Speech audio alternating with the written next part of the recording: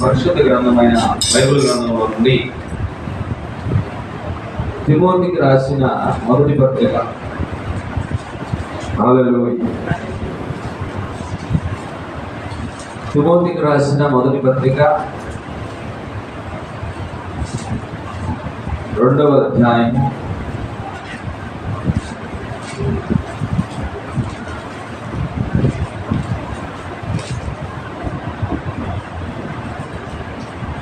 1-2 వచనాలు మనం చదువుతాం. 1-2 వచనాలు. మనము సంపూర్ణ భక్తియు మాన్యతయు కలిగి నెమ్మదిగాను సుఖముగాను బ్రతుకు నిమిత్తము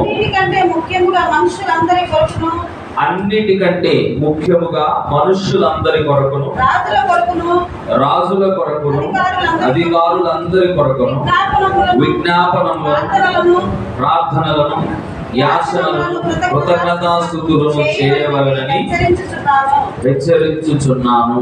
చాలు, ప్రార్థన చేసుకుందాం. పరిశుద్ధుడైన తండ్రి, మీకు స్తోత్రాలు చెల్లిస్తున్నాను. ప్రభువా, ఈ సమయంలో చదవబడిన ఈ మాటలు మీవి. ప్రభువా, వాటికి తేటగా అర్థమిచ్చేవాడవు నీవు తప్ప మరెవరు లేదు. ప్రభువా, సొంత అనువాదకుడిగా మీ లేఖనములకు మీరే ఉన్నారు. మనుష్యుడి సహాయం అవసరమే లేదు. ప్రభు తండ్రి, ఈ సమయంలో మీ పిల్లలమైనటువంటి మేము మీ దగ్గర నుంచి ఒక ఆశను మీ దగ్గర నుంచి పొందుకోవడానికి మేము కలిగి ఉండగా, ఈ మాటల వెనక ఉన్నటువంటి భావాన్ని నాకు ఈ సమయంలో తెలియచెప్పండి. ఈ లేఖనములకు మీ దీవెనలను జోడించండి. వింటూ ఉన్న మా అందరి మీదుగా ఆ దీవెనలను నడిపించమని యేసుక్రీస్తు అతి పరిశుద్ధ నామములో ఈ ప్రార్థన అడుగుచున్నాను తండ్రి. ఆమేన్. అందరూ కూర్చున్నాం.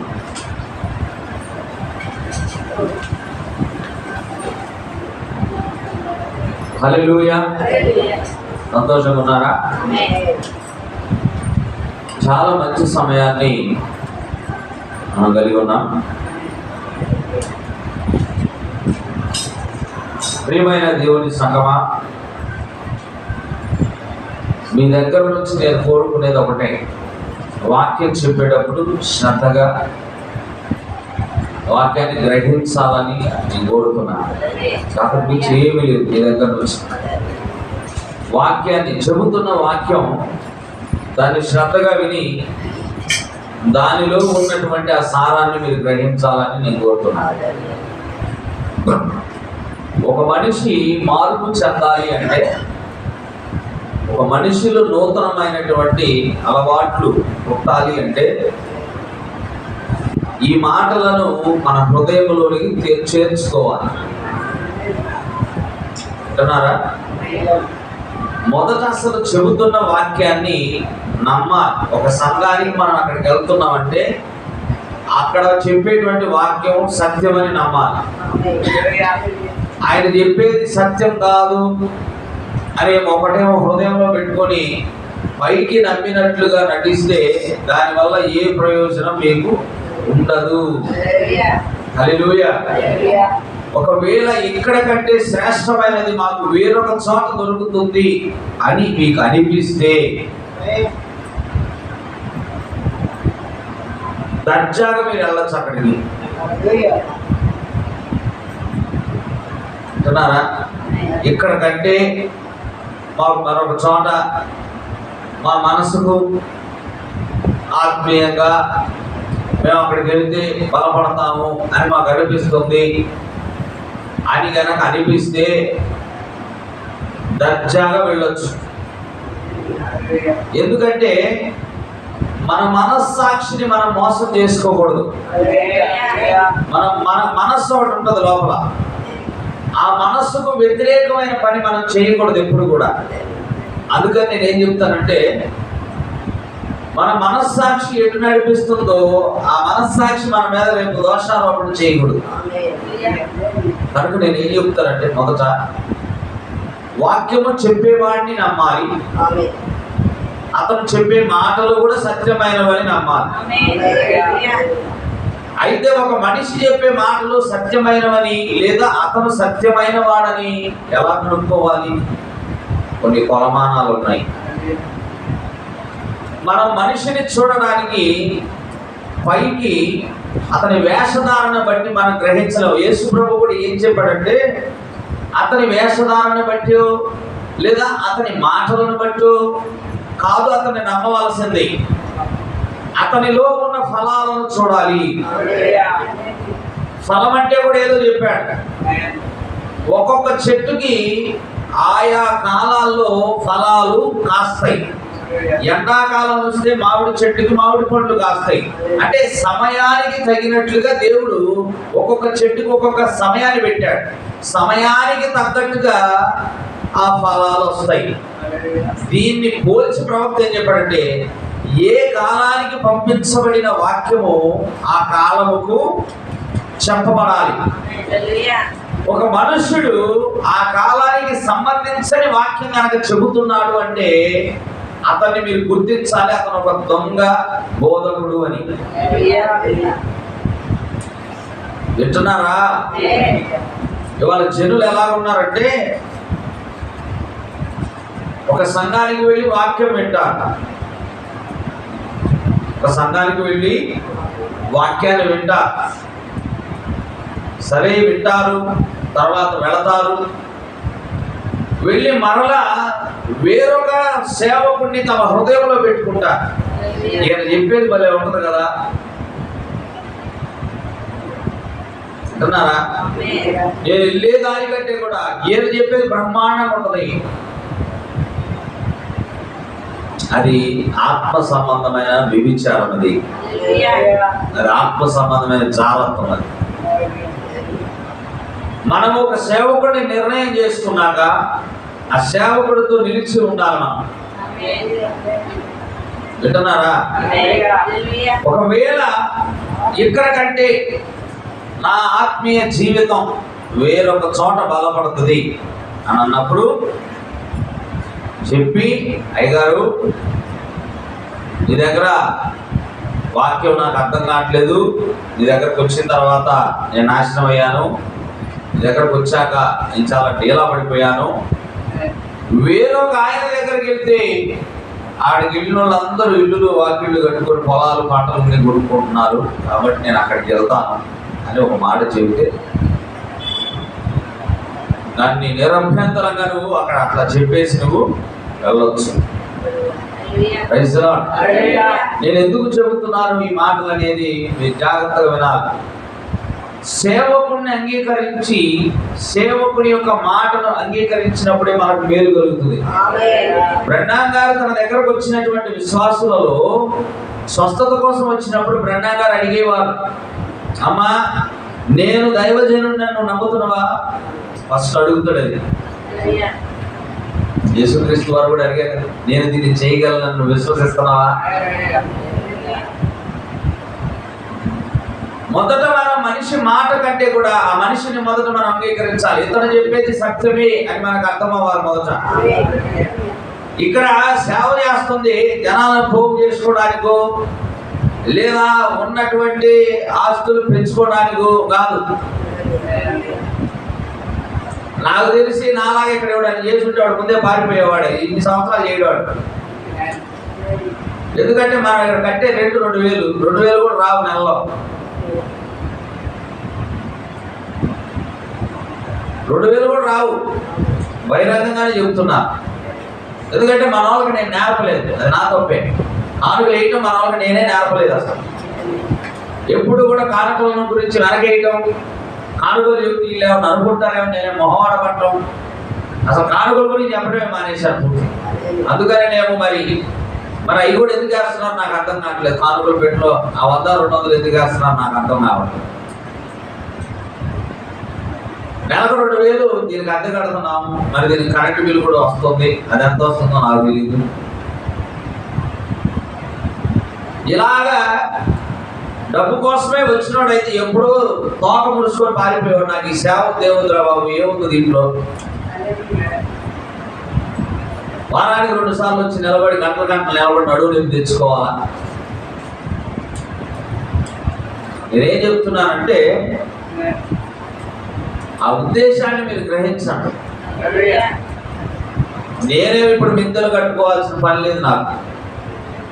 జస్ట్ పట్టుమని ఒక 4 ఆత్మల్ని దేవుడికి అప్పచెబుదామనే ఆశ తప్ప నాకేం లేదు. నేను మొన్న మర్చిపోయినా కూడా నాకు 30,000 ఇచ్చారు స్కూల్లో. మరలా దేవుడు అదే వాటిలో పోరా అంటే సంతోషంగా వెళ్ళడానికి సిద్ధం. నేను దేవుడికి సిద్ధం అయితే కనుక ఒక మనిషి చెప్పేటువంటి మాటను మనం రిసీవ్ చేసుకోవాలంటే ఆ మనిషిని మొదట అంగీకరించాలి. నువ్వు సత్యవంతుడివే, నువ్వు నిజంగా నీతి వాక్యాలు బోధించేవాడువే. మనం ఆ వ్యక్తిని అంగీకరించాలి. వ్యక్తిని అంగీకరించకుండా అక్కడికి వెళ్ళడం ఆత్మ వంచనని.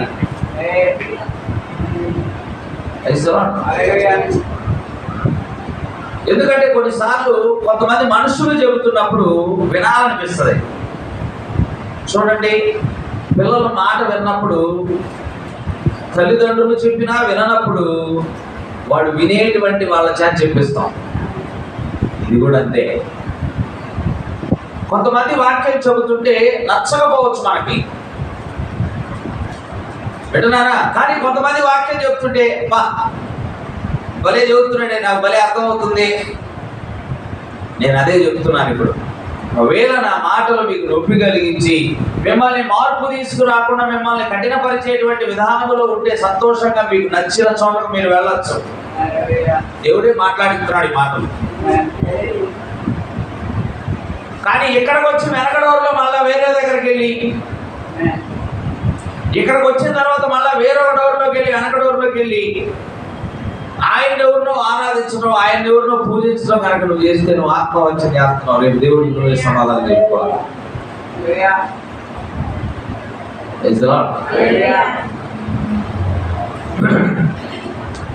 యేసు ప్రభు వారు కూడా అన్నారు, నేను నా తండ్రి నామం వచ్చాను, మీరు నన్ను అంగీకరించరు. కానీ నా నామంలో వేరొకరు వచ్చిన ఎడల వారిని మీరు నమ్ముతారు అన్నాడు. సత్యం ఎప్పుడు కూడా కఠినంగానే ఉంటుంది. నేనేం అబద్ధం ఆడట్లేదు. రాత్రి పగళ్ళు కూడా వాక్యాన్ని చదివి కష్టపడి, ఇవాళ కూడా ఉదయం లేచి కష్టపడి మీకు ఏదో చెప్పాలి అనేటువంటి ఆశ కలిగి వచ్చాను. అందుకే మీ దృష్టి నాకు కావాలని కోరుకోండి. వాక్యాన్ని లోనికి తీసుకున్నప్పుడు అది ఎవరినైనా మార్చగలదు. ఇతర మతంలో పుట్టినటువంటి ఒక పిల్లవాడిని వాక్యం మార్చగలిగినప్పుడు మనల్ని మార్చదా? క్రైస్తవ కుటుంబంలో పుట్టిన వాళ్ళని మార్చదా? చెప్పండి.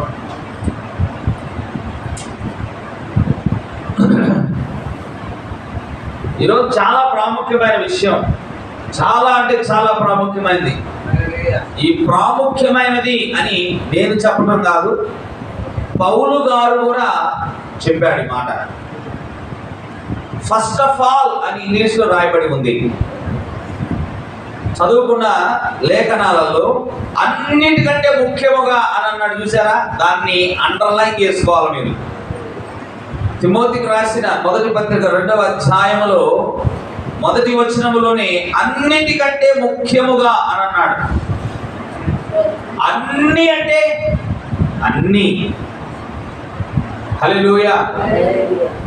మీరు ఏం పెట్టుకుంటారో పెట్టుకోండి, వాటన్నిటికంటే కూడా ముఖ్యముగా ఏమి చెయ్యాలో చెబుతున్నాడు ఆయన. అసలు ఈ తిమోతికి రాసిన ఈ మొదటి పత్రిక ఎవరు రాశారు? బాగా వినండి, ఒక కథ రూపంలో తీసుకొస్తాను నేను, మీకు అర్థం అవ్వాలి. అసలు ఈ పత్రిక ఎవరు రాశారు, ఎప్పుడు రాశారు, ఎందుకోసం రాశారు, ఇవన్నీ కూడా మనం తెలుసుకోవాలి. యేసుక్రీస్తు బిడ్డలం కనుక ఇవన్నీ ఆయన మనకు చెబుతున్నాడు. ఈ కాలంలో మనం యేసు ప్రభువుకి బిడ్డలుగా, ఆయన రాజ్య వారసులుగా మనం ఉన్నాం కాబట్టి ఈ విషయాలన్నీ కూడా మనం తెలుసుకోవాలి. ఈ పత్రిక రాసేది ఎవరంటే అపోస్తలుడైన పౌలు. ఎవరికి రాశాడు? తన ఆత్మ సంబంధమైన కుమారుడైన తిమోతికి రాశాడు. ఎవరెవరికి రాశారు?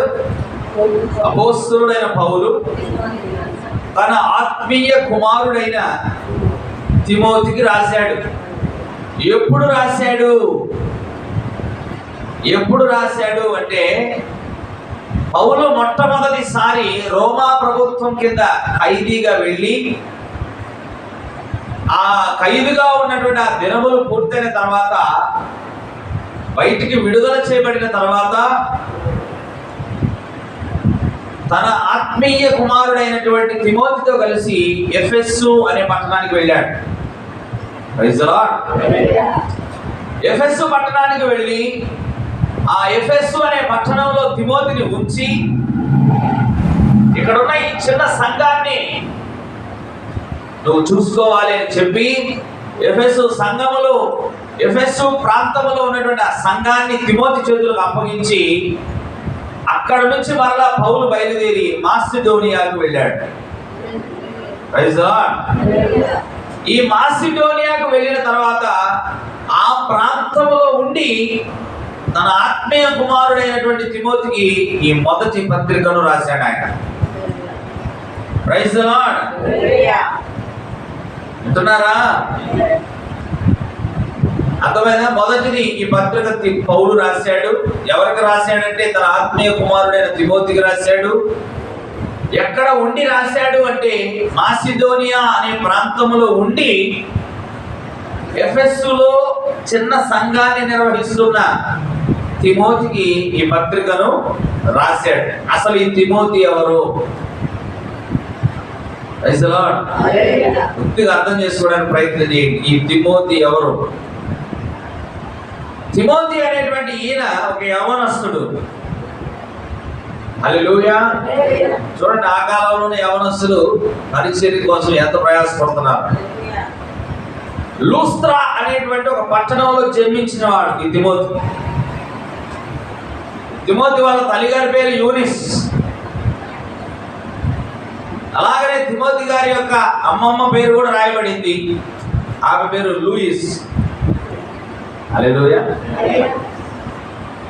ఇద్దరు కూడా, తల్లి మరియు అమ్మమ్మ ఇద్దరు కూడా విశ్వాసులు. హల్లెలూయా.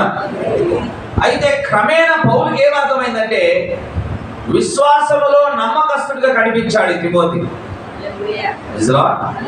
విశ్వాసములో నమ్మకస్తుడిగా. ఇవాళ దేవుడు కూడా వెతుకుతుంది నామకార్థంగా భక్తి చేసే వాళ్ళను కాదు, కానీ వాక్యపక్షమున నిలబడి నమ్మకంగా ఉండేటువంటి వారి కోసం వెతుకుతున్నాడు ఆయన. వింటున్నారా? నమ్మకస్తులు కావాలని కోరుకుంటున్నాడు ఆయన. వాక్యాన్ని గట్టిగా చేతపట్టుకొని ఉండేటువంటి నమ్మకస్తులు, దేవుడు నమ్మగలిగిన వ్యక్తులు కావాలని దేవుడు కోరుకుంటున్నాడు. బైబిల్ గ్రంథంలో మనం చూస్తాం ప్రవక్తలను. అబ్రహాము, ఏలియా, నోవాహు ఇలా చెప్పుకుంటూ చాలా మంది ఉన్నారు. దేవుడు వాళ్ళందరినీ కేవలం నోవాహు కాలంలో నోవాహునే ఎంచుకోవడానికి కారణం ఏంటి? నమ్మకాన్ని సంపాదించుకున్నాడు నోవాహు. Praise the lord. అబ్రహామే తన కాలంలో ఎందుకు పిలువబడ్డాడు అంటే అబ్రహాము దేవుడి యొక్క నమ్మకాన్ని సంపాదించుకున్నాడు. ఇవాళ మనము కూడా దేవుని సన్నిధిలో వాక్యాన్ని వింటూ కొనసాగుతున్న మనము కూడా దేవుని యొక్క నమ్మకాన్ని సంపాదించుకునే వారిగా ఉండాలి. దేవుడు నిన్ను నమ్మాలి. మనము గంతులేసే వారిగా ఉండకూడదు. Praise the Lord. దేవుడి నుంచి ఒక మేలు పొందుకోవాలంటే మనము చంచలమైన వారిగా ఉండకూడదు. దేవుడి దగ్గర నుంచి మేలు పొందేలాగా గొర్రె పిల్లలాగా ఉండి మేలు వచ్చిన తర్వాత ఏదో అంటారు కదా, మట్ట ఆరితే ఏంటది? మట్ట ఆరితే లేడి పిల్ల అంటే ఇక ఏం లేదు, అప్పుడే పుట్టింది, ఆ ఒంటి మీద ఉన్నదంతా ఆరిపోయింది. ఆ తర్వాత తల్లికి కాదు కదా, తండ్రికి కూడా చిక్కదు.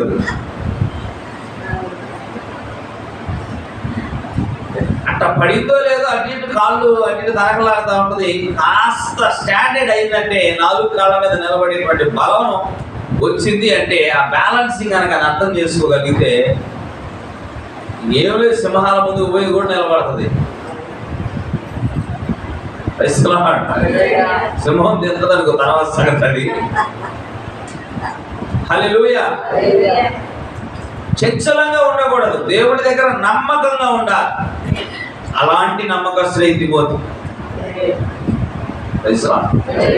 అయితే తిమోతిని పౌలు ఏం చేశాడంటే ఒక చిన్నపాటి సంఘాన్ని అప్పగించాడు. ఎఫెస్సులో ఉన్నటువంటి ఈ సంఘం ఆయన, దీన్ని నువ్వు జాగ్రత్తగా కాపాడు అని ఆ ఎఫెస్సు సంఘం మీద ఓవర్సీయర్గా పర్యవేక్షించేటువంటి వ్యక్తిగా తిమోతిని పెట్టాడు.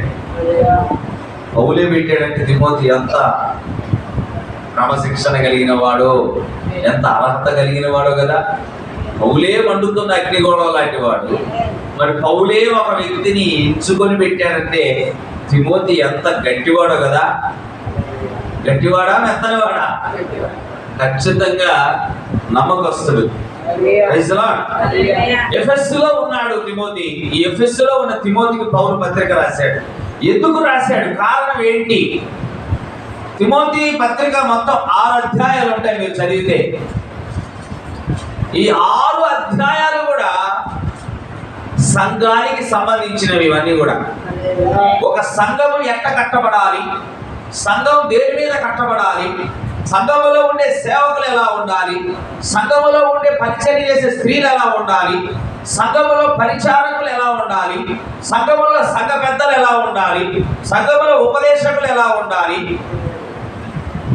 సంఘములో విధవరాళ్ళు ఎలా ఉండాలి, సంఘములో ఉన్న స్త్రీలు పిల్లలు ఎలా ఉండాలి, భిన్నమైన బోధలు వచ్చినప్పుడు ఏం చేయాలి, ఇవన్నీ విషయాలను ఈ ఒక్క తిమోతికి రాసిన పత్రికలో చెప్పాడు ఆయన. మీరు కనుక అసలు ఈ తిమోతికి రాసిన పత్రికలో హార్ట్, గుండెకాయ లాంటి వచనం ఏమిటి అని కనుక మనం చూస్తే, ఆ ఒక్క వచనంలోనే పౌలు ఎందుకు రాశాడో, దేనికి రాశాడో తెలుస్తుంది మనకి. అది హైలైట్ చేసుకోవాలి మీరు. తిమోతికి రాసిన మొదటి పత్రిక 3వ అధ్యాయం 15వ వచనం ఈ యొక్క పత్రికకు గుండెకాయ లాంటిది. శీఘ్రముగా నీ యొద్దకు వస్తునని నిరీక్షించుతున్నాను. పౌలు చూడండి ఏమంటున్నాడు.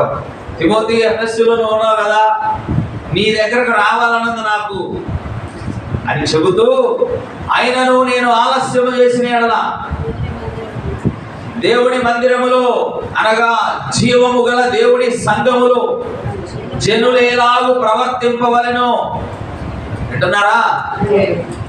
సంఘములో ప్రజలు ఎలా ఉండాలనో, జీవము కలిగిన దేవుడి సంఘములో జనులు ఎలాగూ ప్రవర్తింపవలెనో అది నీకు తెలియవలనని ఈ సంగతులు నీకు రాయుచున్నాను. అర్థమైందా ఎందుకు రాస్తున్నాడు? సంఘములో ఉన్న జనులు ఎలాగ ప్రవర్తించాలనో, క్రమం ఎలాగ ఉండాలనో, ఏమేమి చెయ్యాలనో, పాస్టర్ వృత్తి ఏమిటో,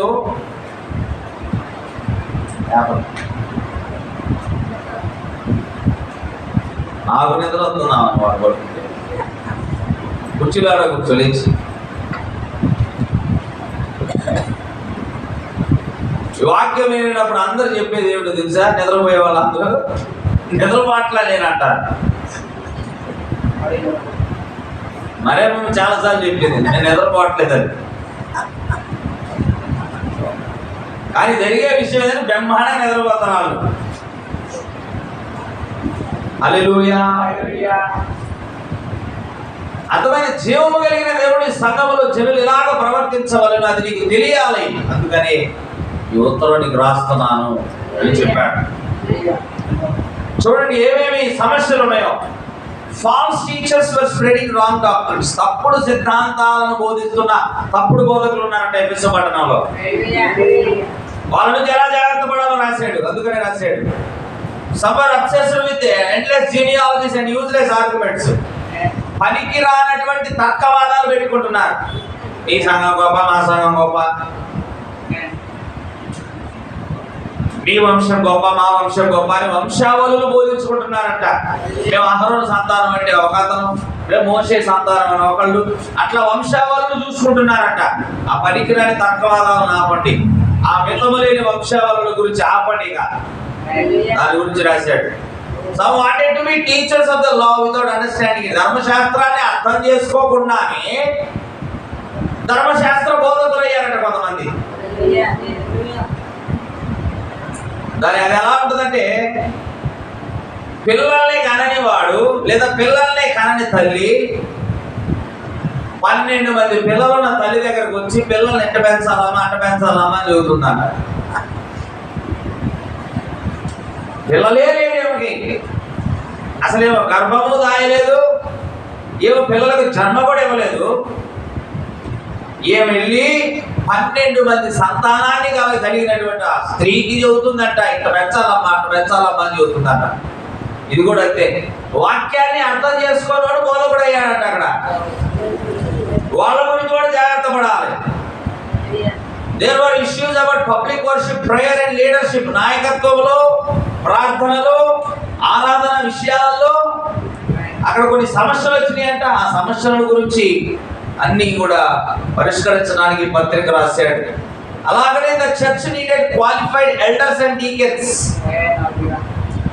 సంఘానికి అర్హత కలిగిన పెద్దలు ఉండాలి, అర్హత కలిగిన పరిచారకులు ఉండాలి. అలాగనే విధవరాండ్రు, అలాగనే సంఘములో ధనవంతులైన విశ్వాసులు ఉంటారు, వాళ్ళు కూడా ఎలా ఉండాలో రాశాడు ఆయన. అంటున్నారా? And different groups in the church needed proper instructions. అలాగే సంఘములో ఉండే రకరకాల గుంపులు, ఇప్పుడు ఉదాహరణకి వాయిద్యకారులు ఉంటారు, ఆటలు పాడేవాళ్ళు ఉంటారు. అలాగా ఆ గుంపు ప్రజలకు సరైనటువంటి హెచ్చరికలు కావాలి. అందుకనే పౌలు తన కుమారుడైనటువంటి తిమోతికి, తన ఆత్మీయ కుమారుడైన తిమోతికి మరి కొన్ని హెచ్చరికలు రాశాడు, సహాయపడతాయని. అలాగని ప్రొటెక్ట్ ద సౌండ్ డాక్ట్రిన్, ఒక ఆరోగ్యకరమైనటువంటి బోధ ఏదైతే ఉన్నదో ఆ బోధనను కాపాడాలి అని హెచ్చరిస్తూ రాశాడు. కరెక్ట్ ఫాల్స్ టీచర్స్, తప్పుడు బోధకులను సరిచేయి అని ఉత్తరంలో చెప్పాడు. Organise the church according to God's order, దేవుడి యొక్క క్రమం చొప్పున సంఘమును నువ్వు నిర్వహించాలి. ఎంతమందికి అర్థమవుతుందని చెప్పేది అంటున్నారా? అంత మాత్రమే కాదు, హల్లెలూయా, B an example in speech, conduct, love, faith and purity. మాట్లాడేటువంటి మాటలలోను, ప్రవర్తనలోను, ప్రేమలోను, విశ్వాసములోను, అలాగే పరిపూర్ణత లేదా స్వచ్ఛతలోను నువ్వు ఎలా ఉండాలంటే మాదిరిగా ఉండాలి. పౌలుకు ఒక మాట కూడా హెచ్చరించాడు, నువ్వు చిన్నవాడివి కానీ నీ సంఘంలో పెద్దవాళ్ళు ఉన్నారు. చూసారు ఏం చెబుతున్నాడు? నువ్వు వయసులో చిన్నవాడివి కానీ నీ ముందు కూర్చున్నటువంటి విశ్వాసంలో నీకంటే వయసు పైబడిన వాళ్ళు ఉన్నారు. ఎవరు కూడా నీ వయసును బట్టి నిన్ను తక్కువ అంచనా వేయకుండా చూసుకో. అంటున్నారా? నీ వయసును బట్టి ఎవడో నిన్ను తృణీకరించకుండా చూసుకో. అలా ఉండాలి అంటే నువ్వు అన్ని విషయాలలో వారికంటే మెరుగైన వాడిగా ఉండాలి, ఒక ఉదాహరణగా ఉండాలి అని చెప్పాడు. అలాగే continue teaching God's word faithfully, అలాగే వాక్యాన్ని బోధించు అని ప్రకటించు విశ్వాసముతో అని చెబుతూ ఈ హెచ్చరికలన్నీ కూడా పౌలు తన ఆత్మీయ కుమారుడైనటువంటి తిమోతికి రాశాడు. రాస్తూ ఈ సంఘములో ఉండేటువంటి క్రమాలన్నిటి గురించి చెప్పాడు. ఎవరెవరు ఎలా ఉండాలి, పరిచారకుల పిల్లలు, సేవకుడు, సంఘ పెద్దలు, వీళ్ళందరూ కూడా ఎలా ఉండాలి అని రాస్తూ, అసలు వీటన్నిటికంటే ముఖ్యంగా నేను నీకు చెప్పేది ఏమిటంటే, అన్నిటికంటే ప్రాముఖ్యమైనది ఏమిటంటే, చూడండి, రాజుల కొరకును అధికారులందరి కొరకును విజ్ఞాపనలను, ప్రార్థనలను, యాచనలను, కృతజ్ఞత స్తుతులను చేయవలనని హెచ్చరించుచున్నాను. అన్నిటికంటే ప్రాముఖ్యమైనది ప్రార్థన చెబుతున్నాడు ఆయన. వాక్యము చెప్పడం కంటే, వాయిద్యాలు వాయించడం కంటే, పరిచర్యలు చేయడం కంటే అన్నిటికంటే ముఖ్యముగా చేయాల్సింది ఏంటంటే ప్రార్థన అని చెబుతున్నాడు.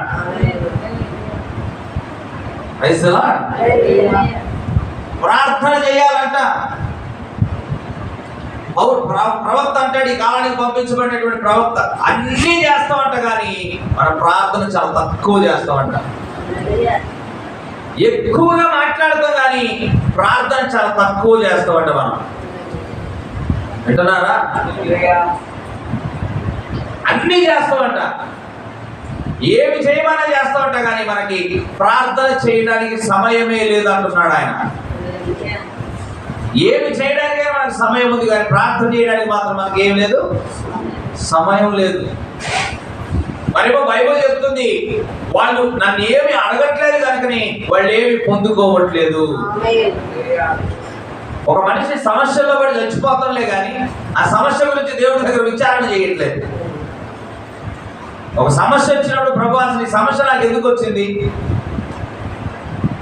అసలు ఈ సమస్యలో నుంచి నేను బయటపడతానా లేదా, ఇది నా శక్తికి మించినటువంటి సమస్య కనుక ఈ సమస్యల నుంచి నన్ను బయట వేసేటువంటి వాడవు నీవే, నేను నమ్మదగినటువంటి వాడవు నీవే అని మనం ప్రార్థన చేసినప్పుడు ఆ ప్రార్థన ఆలకించే దేవుడు ఆయన. ఎంతమంది ప్రార్థన చేసి వచ్చారు ఈరోజు? హల్లెలూయా. ఎంతమంది బైబిల్ చదివి వచ్చారు? హల్లెలూయా. ఎంతమంది నిన్న నైట్ ప్రార్థన చేశారు? నిన్న నైట్ ఎంతమంది బైబిల్ చదివారు? హల్లెలూయా. ప్రవక్త చెప్తున్న ఒక అద్భుతకరమైన వచనం. మనము ఒక వ్యక్తి ప్రార్థన చేసినప్పుడు ఆ ప్రార్థన దేవుణ్ణి దించట్లేదట కిందకి. చూడండి, మనం ప్రార్థన చేసినప్పుడు ఆ ప్రార్థన దేవుణ్ణి దించట్లేదట కానీ మనల్ని దేవుని స్థాయిలోకి తీసుకెళ్తుందంట, దేవుని సముఖంలోకి తీసుకెళ్తుందంట మన ప్రార్థన. అందుకే ప్రార్థన చేసిన తర్వాత మనము వేరొక ప్రపంచంలోకి వెళ్ళి వచ్చినట్లుగా అనుభూతి చెందుతాం మనం. హల్లెలూయా. అందుకే ప్రతిరోజు మనం ప్రార్థించాలి. మన బిడ్డల కొరకు ప్రార్థించాలి, మన ఇంట్లో భర్త కొరకు ప్రార్థించాలి, భార్యల కొరకు ప్రార్థించాలి. బిడ్డలారా, మన చుట్టుపక్కల ఉన్న వాళ్ళ కొరకు ప్రార్థించాలి, మన సమాజం కొరకు ప్రార్థించాలి, మన వాడ బాగుండాలని ప్రార్థించాలి, మన ఊరు బాగుండాలని ప్రార్థించాలి, మన దేశము మన రాష్ట్రం బాగుండాలని ప్రార్థించాలి. అలాగనే అంతమాత్రంతో ఆగలేదు ఆయన. మన మీద అధికారులు ఎవరైతే ఉన్నారో వాళ్ళ కోసం ప్రార్థన చేయాలంట. ఎందుకంటే ఆ అధికారులు అధికారుల కోసం ప్రార్థించినప్పుడు వారి మనస్సులు మారి వినాలి.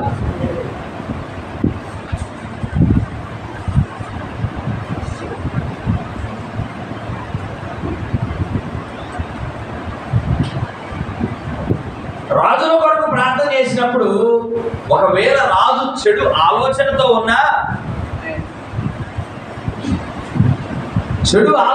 ఉన్నా మనము ప్రార్థన చేయడాన్ని బట్టి ఆయన మనసు మారి మనందరికీ మేలు కలుగ చేస్తాడేమో.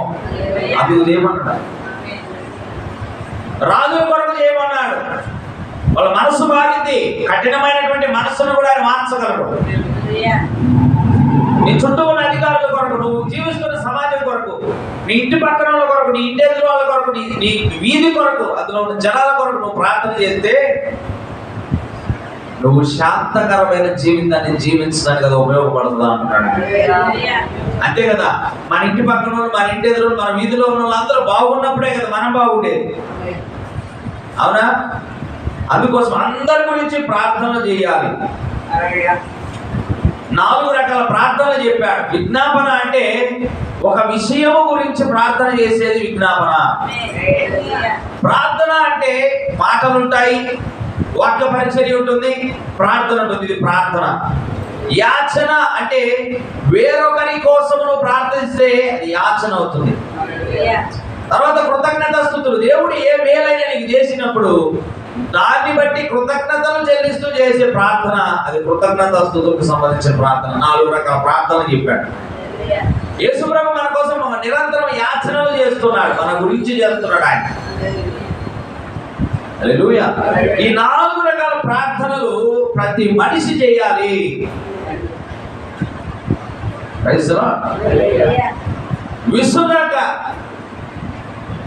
విసుగు చెందకుండా నిరంతరం ప్రార్థన చేస్తూ ఉండాలంట. మన పిల్లల కొరకు. ఇవాళ యవనస్తులు చిన్న చిన్న కేసుల్లో దొరుకుతున్నారు బయట. ఒక అతను నాకు ఫోన్ చేసి రమ్మన్నాడు.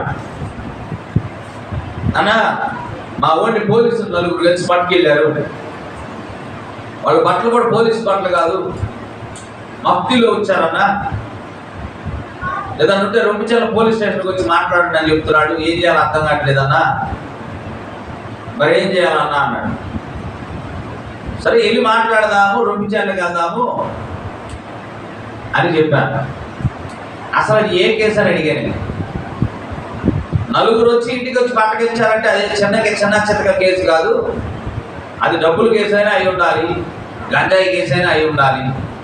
యవనస్తుడు కాబట్టి మరి ముందు అడుగు ఓడినా అది కాదంటున్నా. మరి ఏది 120 దొంగ కోళ్ళు తీసుకెళ్లారంట నా ఇల్లు. పుట్ట దొంగతనం చేసి ఇచ్చారంట. దొంగ కోడి అంటే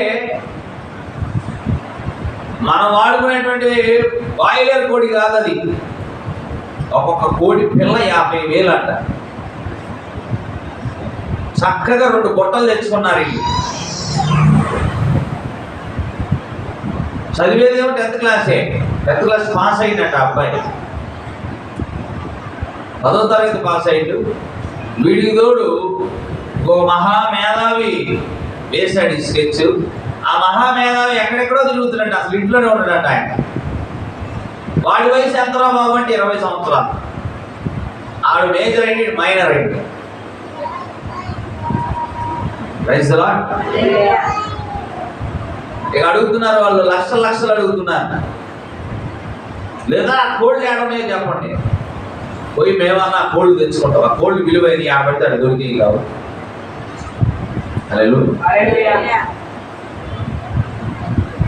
ఎందుకు జరిగిందంటారు? అది తప్పు ఎందుకు చేసినట్టారు చెప్పమంటారా? తల్లిదండ్రుల వల్ల జరిగింది అది. మన బిడ్డల్ని మనం అల్లారు ముద్దుగా పెంచుతాం. అసలు అల్లారు ముద్దుగా పెంచని తల్లిదండ్రులు ఎవడు ఉన్నాడని. పిల్లలు పుట్టినాక వాడిని అల్లారు ముద్దుగానే పెంచుతారు. కానీ ఆ గారాబం శృతి మించకూడదు. ఇందాక ఒక వీడియో చూసే, గొడ్డలు పెట్టి నరుగుతుంది తండ్రిని పొలంలో. సొంత కొడుకే తండ్రిని గొడ్డలు పెట్టి నరుగుతుండు.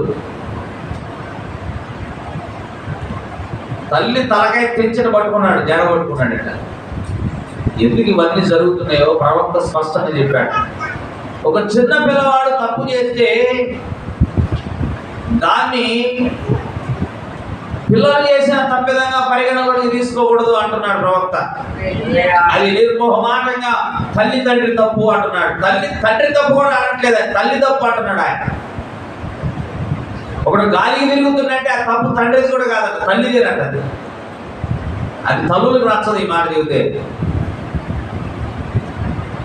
ఒకడు గాలోడు అయినట్టే, ఒకడు గాలి తిరుగులు తిరుగుతున్నట్టే, ఒకడు అసలు ఇంట్లో మాటే వినట్లేదని దానికి కారణం ఎవరు అంటున్నాడు ఆయన? తల్లి. బైబిల్లో 4 సువార్తలు ఉన్నాయి కదా, చెబుతారా ఏవేంటి అవి? మత్తయి, మార్కు, లూకా, యోహాను. 4 సువార్తలు. ప్రవక్త అంటున్నాడు 5వ సువార్త ఉంది అని. మా వింటున్నారా? ఎన్ని సువార్తలు ఉన్నాయి బైబిల్లో? 4 సువార్తలు ఉన్నాయండి. కానీ ప్రవక్త అంటున్నాడు 5వ సువార్త ఉంది. 5వ సువార్తే తల్లి అంటున్నాడు ఆయన. ఏ తల్లి అయితే తన పిల్లల్ని ఇద్దరిని కూర్చోబెట్టుకొని బైబిల్ కథలు చెబుతుందో ఆ వంట నిజమైన తల్లి. కూర్చోబెట్టుకొని బైబిల్ మాటలు చెబుతూ, బైబిల్లో ఈ కథ ఎలా జరిగిందిరా, మోషే మన ప్రవక్త, అబ్రహాము మన ప్రవక్త, ఇలాగ మనం చెప్పాలి మన పిల్లలకు. తల్లులు చెప్పాలంట, తల్లులు ప్రార్థించడం నేర్పించాలంట పిల్లలకి. చిన్న చేతులతోటి పైకి ఎత్తించి దేవుడు ప్రభు చిన్న మాటలనే చెప్పించాలి, చిన్న కథలు చెప్పించాలి. హల్లెలూయా. 5వ సువార్త అంట తల్లి. అయితే తల్లి ప్రార్థన పిల్లల మీద ఉండాలి అంటున్నాడు. జాన్ వెస్లీ ఎంత గొప్ప దైవజనుడు ఆయన కదా.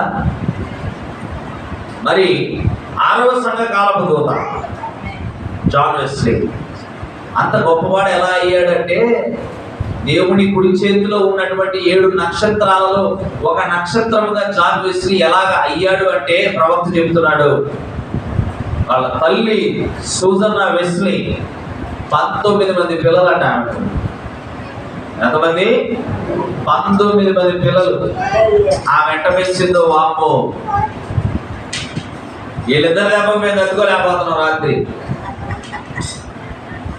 ఒక ఆమె ఒకడేమో 1ంటికి పడుకుంటాడు, ఆమె 3ంటికి పడుకుంటుంది.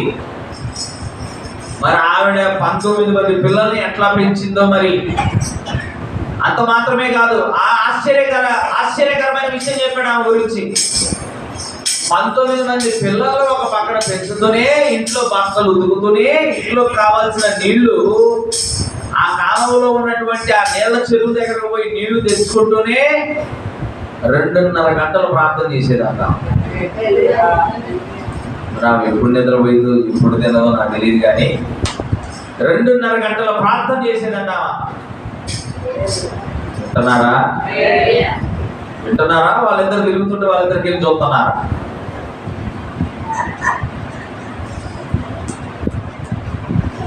బయట వాక్యం లేదు వస్తున్నారు. నా తొంగపాడ ఊరికి పోతే ఒక ఊరికి వెళ్ళామేమో, ఇన్వైట్ చేశాడు ఒక పాస్టర్ గారు, వాక్యం చెప్పాలి రాయ. ఫస్ట్ మెసేజ్కి భయపడిపోయాడు, అమ్మో ఏం చెబుతున్నాడు అని. దాని దెబ్బగా సాయంత్రం 100 మంది వచ్చారు కొత్తోళ్ళు. సాయంత్రం వాక్యం కూడా బ్రహ్మాండంగా నడిచింది, వాళ్ళకి అర్థమయ్యే రీతిలో దేవుడు మాట్లాడాడు. దాని దెబ్బక తర్వాత 15 మంది వచ్చారట కొత్తోళ్ళు. హల్లెలూయా. వినండి, వాక్యం దొరుకుతున్నప్పుడే పోగు చేసుకోండి. క్షేమంగా చూసి నేర్చుకో అంటున్నాడు దేవుడు.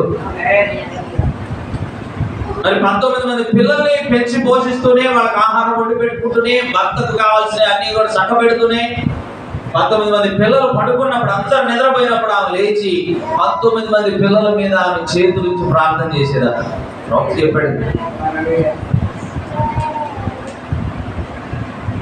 ఒక అతనేమో ఫిన్నీ అనేటువంటి ఆయన మాటల ద్వారా ప్రపంచాన్ని అనేకులను దేవుని వైపు తిప్పితే, ఒక అతను గుర్రాల మీద వెళ్ళి సువార్తను బోధించినటువంటి వెస్లీ దేవుడి కుడి చేతిలో ఒక నక్షత్రంగా తయారయ్యాడు. దానికి కారణం ఏంటంటే తల్లి ప్రార్థన అంటున్నాడు. తల్లి పిల్లలకు సంబంధించి ప్రార్థన నేర్పించాలి, ఇంట్లో కూర్చోబెట్టి వాక్యము చెప్పాలి. అక్కడికి నచ్చదు కదా వాక్యం.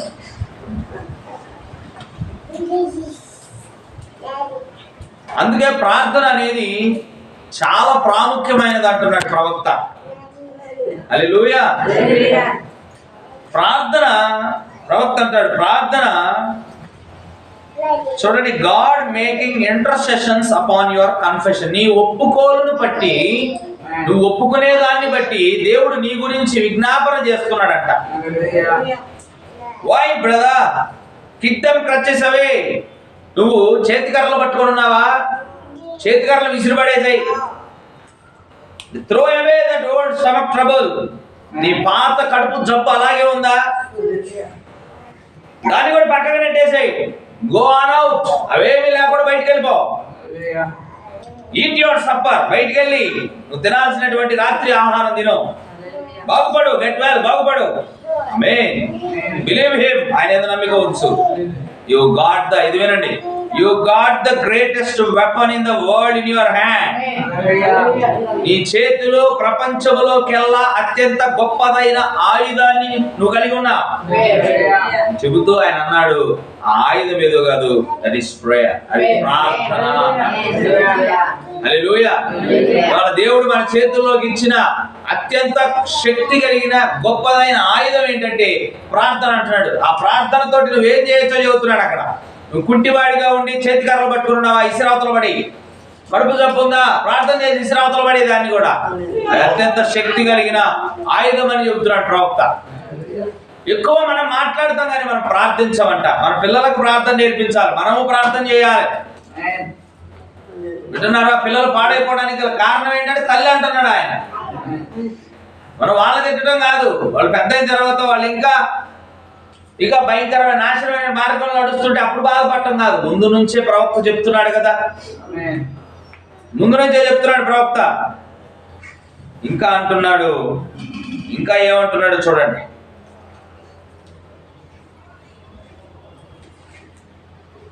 ప్రార్థన ఇట్ ఈవెన్ చేంజెస్ ఎవ్రీథింగ్, సమస్తమును మార్చగలదంట. అంటే మనం ఒక రకమైన దుర్భరమైన పరిస్థితుల్లో కనుక ఉంటే, ఆలియా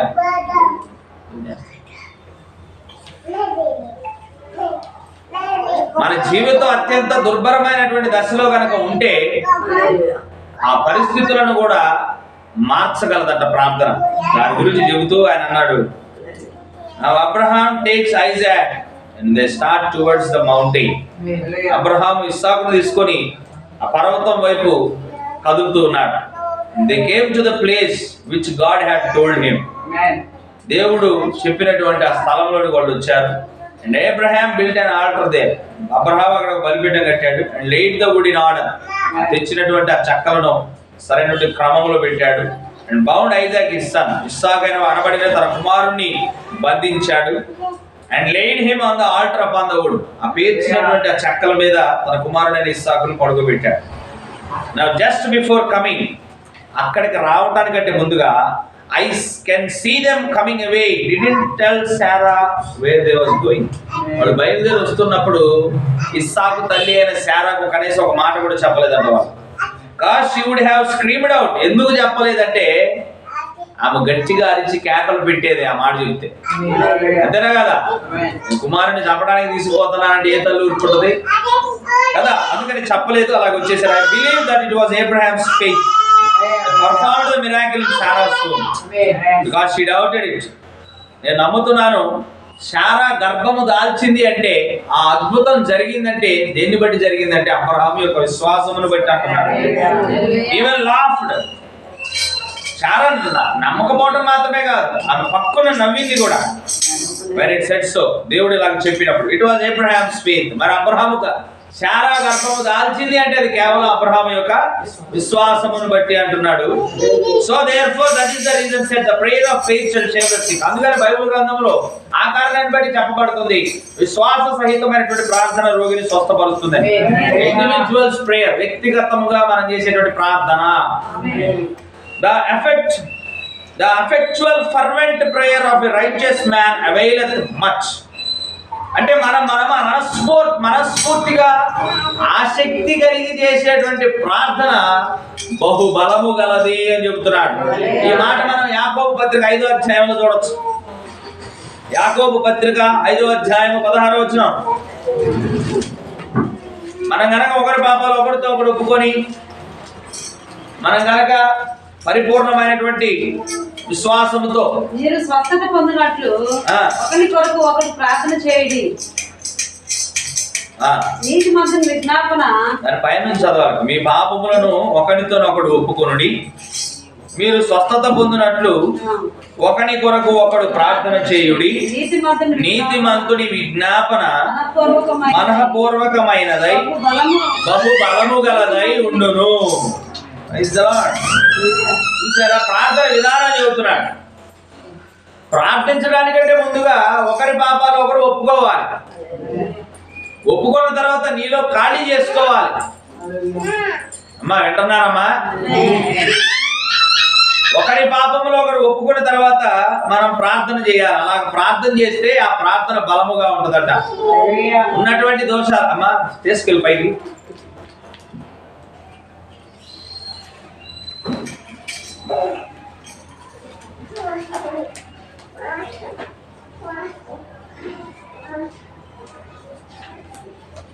ఆయన కూడా తీసుకో పైకి.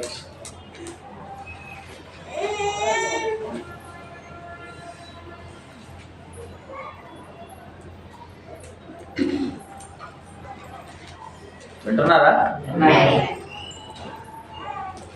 ప్రార్థన, మన ప్రార్థన బలము గలదై ఉండాలంటే మనం మొదట మన పాపములను ఒప్పుకొని మనం ప్రార్థన చేసినప్పుడు నీతిమంతుని యొక్క ప్రార్థన ఎలా ఉంటుందంటే బహు బలము గలదై ఉంటుంది అని చెప్తున్నాడు.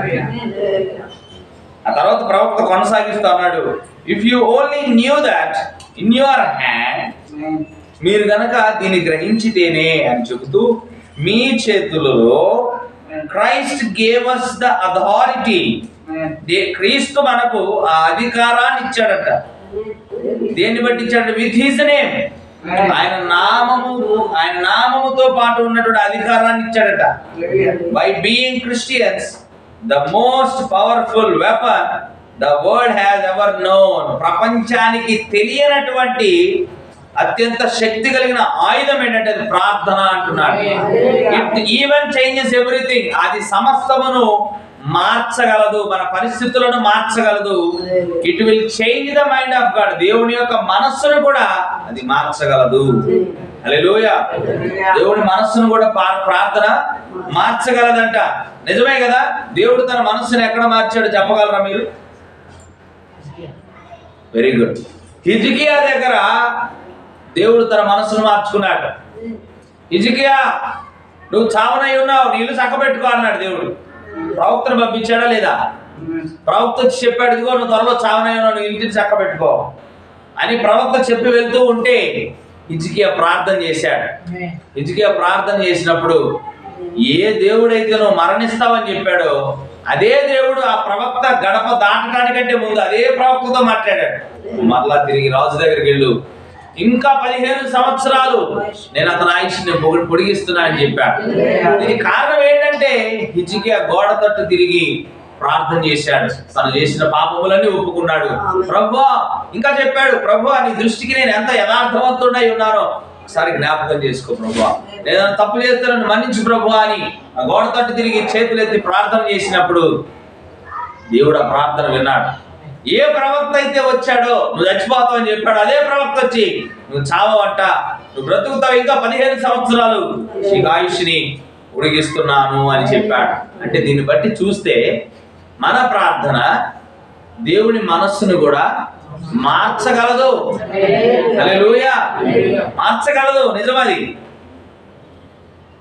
ఇంకా చూడండి, అన్ని కీలకమైన విషయాలే. ఆ దారాన్ని పట్టుకొని వస్తున్నారా? మీకు అర్థమవుతుందా? ఒక వ్యక్తి ప్రార్థన చేసినప్పుడు ఆ ప్రార్థన కంటే ముందు ఆ వ్యక్తి విశ్వాసాన్ని చూస్తున్నాడు దేవుడు. కీలకమైంది. ఒక వ్యక్తి ప్రార్థన వినడానికంటే ముందు ఆ వ్యక్తి యొక్క విశ్వాసాన్ని చూస్తాడంట. ఆ వ్యక్తి యొక్క విశ్వాసాన్ని దేవుడు గుర్తిస్తాడంట. లేదు కాదు, పలానా అశోక్ చేస్తున్నాడు అని గుర్తించడు ఆయన, లేదా పలానా సంజయ్ చేస్తున్నాడని, లేదా పలానా పీటర్ ప్రార్థన చేస్తున్నాడని కాదు గుర్తించేది ఆయన. అసలు ఆ వ్యక్తిలో ఉన్న విశ్వాసాన్ని గుర్తిస్తాడట ఆయన. First point, he has to, ఖచ్చితంగా ఆయన అలాగే చేయవలసి ఉంది. For it is the only weapon that we have in our hands. ఎందుకంటే మనం కలిగి ఉన్న ఒకే ఒక ఆయుధం అదే. And what produces faith is prayer. అసలు ఒక మనిషిలో దేవుడు విశ్వాసాన్ని గుర్తిస్తాడని చెబుతున్నాడు కదా, ఆ మనిషిలో విశ్వాసాన్ని ఉత్పత్తి చేసేది ఏమిటంటే ప్రార్థన అంటున్నాడు. అంటే నీలో విశ్వాసం పెరగాలంటే నువ్వు ప్రార్థించాలి. నీలో విశ్వాసం పెరగాలంటే నువ్వు ప్రార్థించాలి. విశ్వాసం నీలో లేకపోతే దేవుడిని ప్రార్థన ఆలకించడం. అర్థమవుతుందా? కాబట్టి ఒక మనిషిలో విశ్వాసము అనేది పుట్టుకు రావాలంటే ఆ విశ్వాసాన్ని ఉత్పత్తి చేసేది ప్రార్థన అంటున్నాడు. కనుక మనం ప్రతిరోజు కూడా విశ్వాసము కొరకు మనం ప్రార్థించాలి. ఎందుకంటే ఆ విశ్వాసమే ఉత్పత్తి చేసేది మనలో. ఇంకా ఆయన అంటున్నాడు, prayer is the most powerful weapon that was ever put in the control of human beings. మానవుడి యొక్క నియంత్రణలో పెట్టిన అత్యంత శక్తి కలిగిన ఆయుధం ఏంటంటే అది ప్రార్థన. There is no atomic bomb or no hydrogen bomb as powerful as prayer. Atom bomb కంటే, అణుబాంబు కంటే, హైడ్రోజన్ బాంబు కంటే శక్తివంతమైనది ఏంటంటే ప్రేయర్ అంటున్నాడు, ప్రార్థన.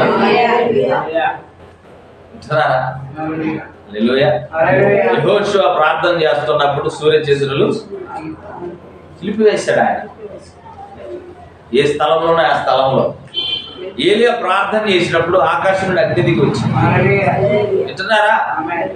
మరి మోషే ప్రార్థన చేసినప్పుడు ఎర్ర సముద్రం 2 పాయలైపోయింది కదా.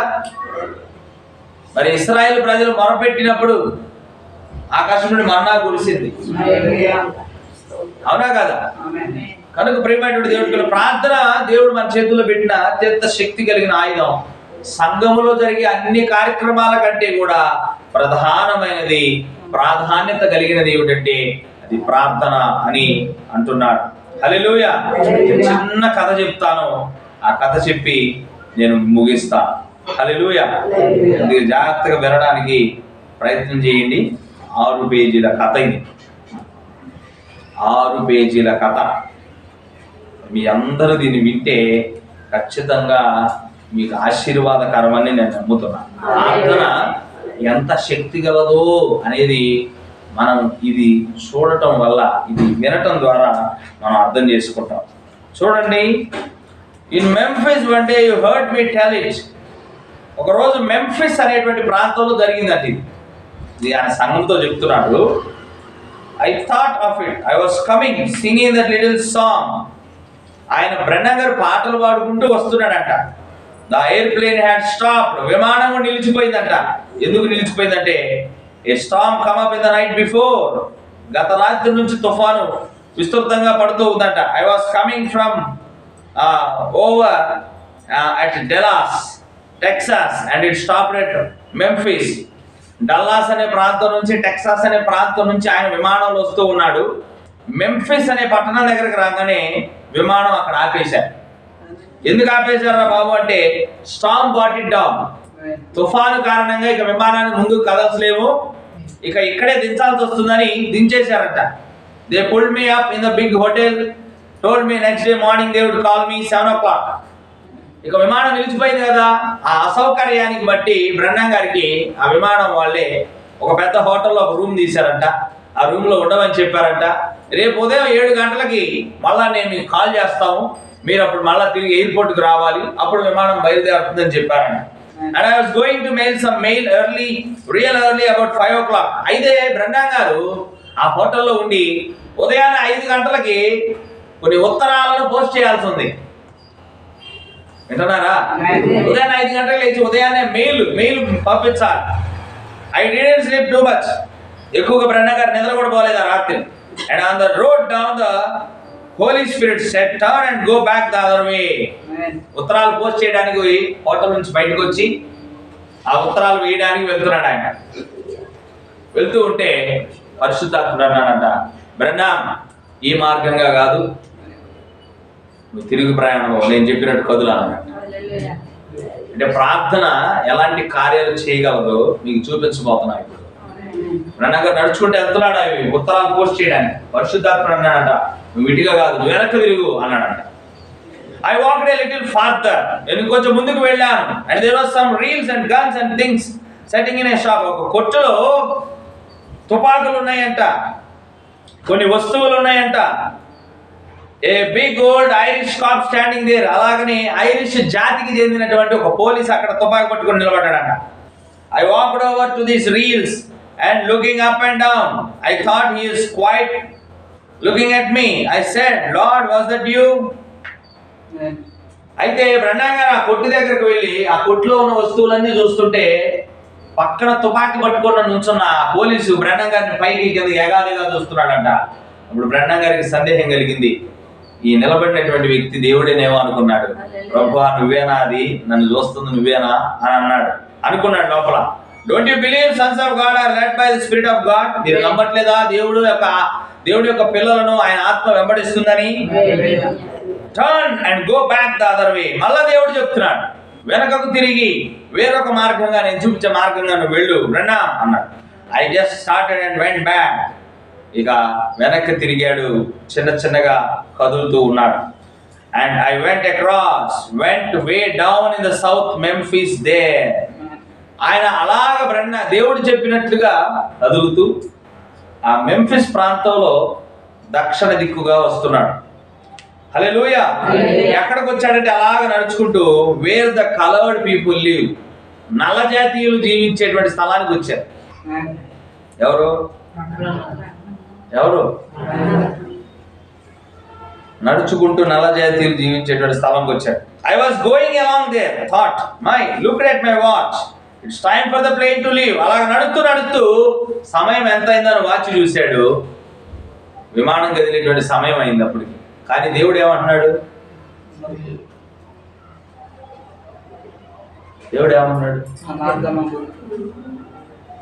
ఎవరన్నా అందించండి అమ్మ, మీరు వింటారన్నా నాకు అర్థం అవుతుంది కదా. నేను ఏ మార్గంలో చూపించినా మార్గంలో కదులుతుంది. టైం చూస్తేనేమో విమానం పోయే సమయం ఎన్ని గంటలకల్లా కదులుతుందని చెప్పాడు? 7 గంటలకల్లా కదులుతుందని చెప్పాడు. కానీ దేవుడేమో something just keep saying go on. The sun was up big, అలా కదులుతూ ఉన్నాడు. 5 గంటలకు వచ్చాడు, చీకటిగా ఉంది. కానీ ఇప్పుడు నడవమని చెప్పాడు. అలా నడవమని చెబుతూనే సూర్యుడు పైకి లేచాడంట. సూర్యుడు పూర్తిగా తెల్లారిపోయిందంట. I was going along there, directly I looked and hang out over a little gate. అలాగ వెళ్తూ ఉన్న సమయంలో అక్కడ ఒక చిన్న గేట్ ఉందంట. చిన్న గేట్ కనిపించిందంట. And there stood a typical coloured sister look like one of these Aunt Jemimas. Her big fat cheeks hanging there. Tears was running down her cheeks. She said, "Good morning, parson." అక్కడికి వెళ్ళగానే ఒక చిన్న gate ఉందంట. ఆ gate దగ్గర ఒక ఆవిడ, నల్ల జాతి స్త్రీ అక్కడ నిలబడి, ఆమె బుగ్గలన్నీ కూడా వేలాడుతున్నాయంట. పెద్ద ఆవిడ, ఆమె కళ్ళ నిండా నీళ్లు, ఆమె బుగ్గల మీద నీళ్లు కారుతూ ఉన్నాయంట. ఆమె బ్రహ్నం గారిని చూసి మరి పలకరించింది. శుభోదయం పాస్టర్ గారు అని పలకరిస్తే ఏందుడు ఏమన్నాడు? I said good morning. I said aunty how did you know I was a Parsons. ఇప్పుడు నేను అడుగుతున్నాడు, అమ్మా నేను రావటం ఇక్కడికి మొట్టమొదటిసారి కదా, ఈ వీధిలోకి రావటం మొట్టమొదటిసారి వస్తున్నాను. నేను పాస్టర్ అని నీకు ఎడ తెలుసమ్మా అని అడిగాడు. అంతే కదా, మనం కూడా కొత్త స్థలానికి వెళ్ళినప్పుడు మన గురించి తెలియని వాళ్ళు మనల్ని పేరు పెట్టి పిలిచి లేదా మనం చేసే వృత్తి పెట్టి పిలిస్తే మనం ఆశ్చర్యపోతాం లేదా? అసలు అదిగాకైనా గాల్లో వెళ్ళాలి. మధ్యలో విమానం ఆగింది, ఓ హోటల్లో ఉన్నాడు, ఉత్తరాలు వేయడానికి వెళ్తున్నాడు. అసలు దిగిన పని ఏమిటి? ఉత్తరాలు వేయడానికి వెళ్తున్నాడు. కానీ దేవుడేమో వెనక్కి తిరుగు నేను చెప్పిన మార్గంలో పోన్నాడు. పోతా ఉంటే ఒక వీధిలోకి వెళ్ళాడు. అక్కడ చిన్న గేట్ ఉంది. ఆ గేట్ దగ్గర ఒక ఆవిడ, నల్ల జాతికి చెందిన స్త్రీ, ఆ గేట్ దగ్గర నిలబడి ఏడుస్తూ ఈయన పలకరించింది. ఈయన అన్నాడు, ఆంటీ నేను ఎలా తెలుసు మీకు అడిగాడు. అడిగితే డౌన్ ఇన్ ద ఇప్పుడు ఏమంటుంది?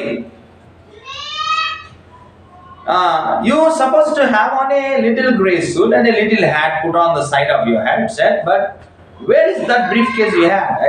I just set it down. I said left in the hotel. ఇప్పుడు ఆమె అంటుంది, నువ్వు మంచి సూట్ ధరించుకొని ఉన్నావు, నువ్వు టోపీ పెట్టుకొని ఉన్నావు, మరి నీతో సూట్ కేసు కూడా ఒకటి ఉండాలి, ఏడున్నది అని అడుగుతున్నావు. ఎప్పుడు చూసింది అసలేమా? నువ్వు సూట్ కేసు కూడా ఒకటి పట్టుకొని రావాలి, ఏడుందంటే ఆయన అన్నాడు, హోటల్లో పెట్టి వచ్చానమ్మా అన్నాడు. హల్లెలూయా. She said, I knowed you was coming. నాకు తెలుసు నువ్వు వస్తావని. నువ్వు వస్తున్న సంగతి నాకు తెలుసన్నా. నేను ప్రార్థన గురించి మాట్లాడుతున్నా. ప్రార్థన ఏమి చేయగలదో చెబుతున్నా. చూడండి.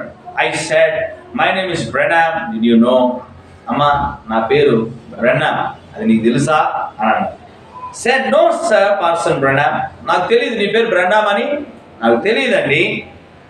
I don't know you. అసలు నువ్వు ఎవరో కూడా నాకు తెలియదు. She said, but did you ever hear in the Bible about the Shunammite woman?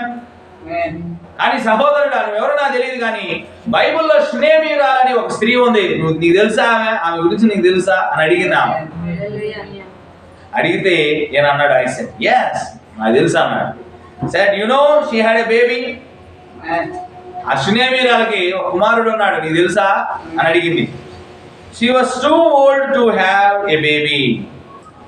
ఆమె ఆ బిడ్డ పుట్టే సమయానికి చాలా వృద్ధాప్య స్థితిలో ఉన్నది, తెలుసా నీకు అని చెబుతుంది ఆమె. ఆ కథ అంతా బ్రహ్మాం గారికి చెబుతుంది. And yet she had one. ముసలావిడ అయినా కూడా దేవుడు ఆమెకు ఒక శిశువుని ఇచ్చాడు. And said that Elijah the prophet went and told her about that baby she was kind to this prophet. Elisha ఉదాహరణ అక్కడ రాయాల్సింది ఎలీషా అని రాయాలి, కానీ ఏలియా అని చెప్పాడు ప్రవక్త.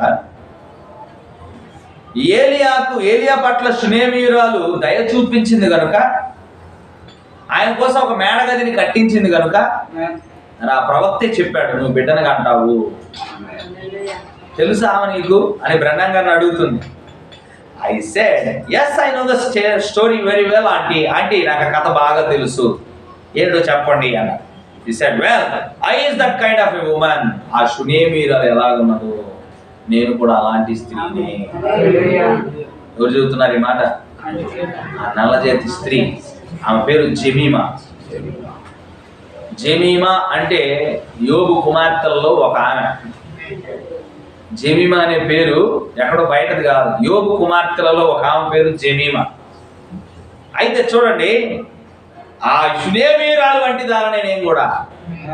And said, I prayed to the Lord, me and my husband, to give us a child. నేను నా భర్త కలిసి నాకు కుమారుడు కావాలని ప్రార్థన చేశాం.